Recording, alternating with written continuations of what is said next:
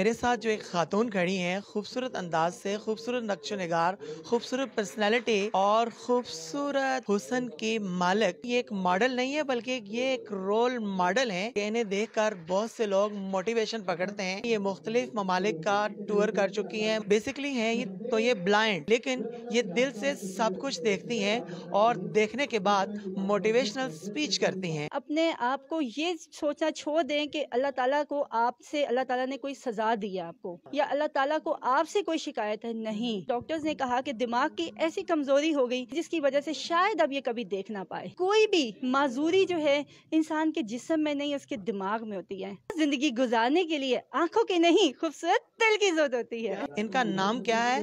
ان کو یہ ڈس ایبلٹی کیسے ہوئی، یا پھر سمجھتے ہیں کہ یہ ڈس ایبل ہیں بھی کہ نہیں؟ آئیے ہم ان سے بات کرتے ہیں. السلام علیکم. جی وعلیکم السلام اینڈ السلام علیکم ایوری ون. ماشاءاللہ خوبصورت سی آپ کی پرسنالٹی ہے، دلکش سی آپ کی اسمائل ہے.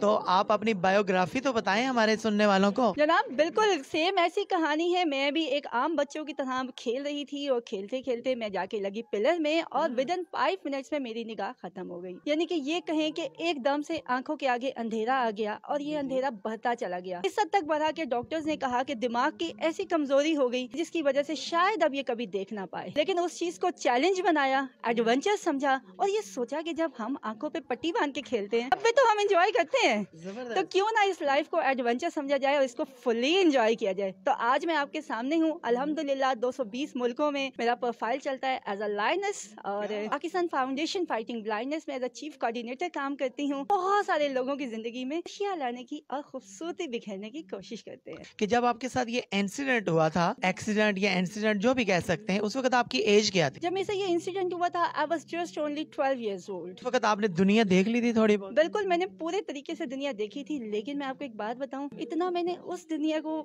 محسوس نہیں کیا جتنا میں نے اس زندگی کو انجوائے کر رہی ہوں. یقین کریں یہ اتنی خوبصورت زندگی ہے نا کہ جہاں پہ آپ ایک ایک چیز محسوس کرتے ہیں. اس وقت صرف ہم اپنی ویژن کا یوز کرتے تھے.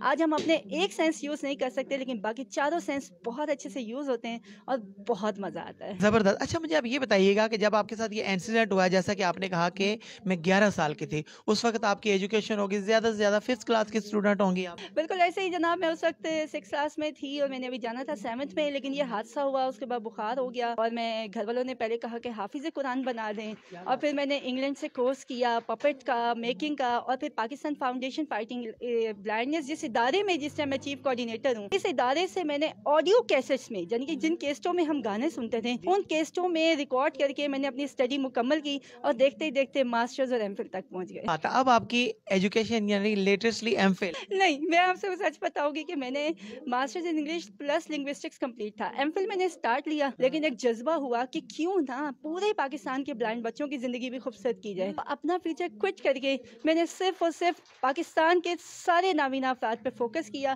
اور اس ادارے کو جوائن کیا، اور تب سے ہم صرف اور صرف خدمت خلق کی تعلیم حاصل کر رہے ہیں. اچھا مجھے آپ یہ بتائیے گا کہ جتنے بھی معذور یا ڈس ایبل یا پھر نابینا لوگ ہیں، ان کے لیے آپ کیا کیا کام کر رہی ہیں؟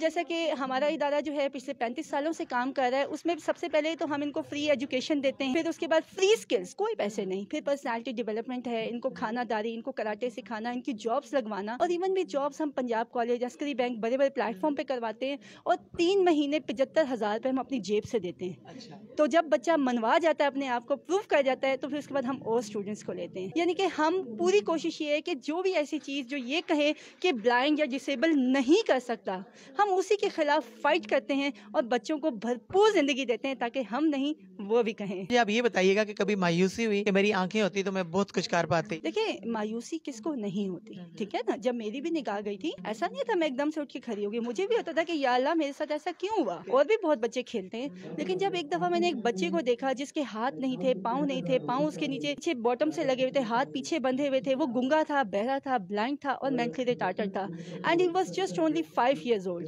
اور اس وقت میں نے اس زمین پہ سجدہ کیا اور یہ کہا یا اللہ تو بہت رحیم و کریم ہے. مجھے اس قابل تو بنایا نا کہ میں اپنے خیالات کا اظہار کر سکتی ہوں. اور یہ یقین ہے کہ اللہ تعالیٰ نے مجھے اس لیے معذور نہیں کیا کہ اللہ نے مجھ سے کوئی بدلہ لیا تھا، بلکہ اللہ تعالیٰ چاہتے تھے کہ میں کچھ کروں. جب ہم یہ چیز سمجھ جائیں نا کہ اگر ہم سے کوئی چیز لی جاتی ہے وہ ہمیں